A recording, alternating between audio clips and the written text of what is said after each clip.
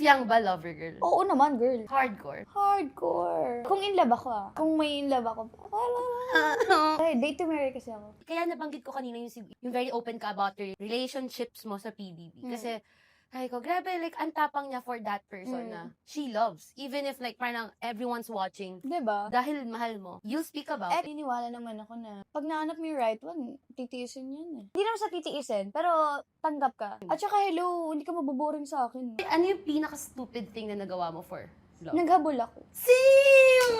Like, is Kaya this- pala iba yung lukso ng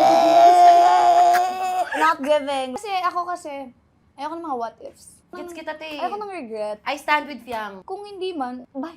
Tinry ko lang. Kung At least ano. binuhos mo. Diba? Validate. Tama. Ganun kayo, no? Pag nag-cheat kasi sa akin, hindi na para habulin. Yun, deal breaker mo yun. Ew, oo naman. Kahit sino ano. Tama naman. Ako, kung nasa relationship ako, mas gusto kong nag-cheat sa akin. Kasi at least galit ka. Ayoko ng healthy breakup.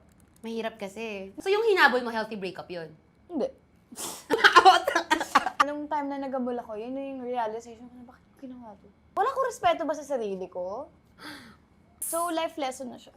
Hindi mo na siya gagawin ulit. Hindi. Ganda na ni girl ngayon, no? Ito ka na, ti.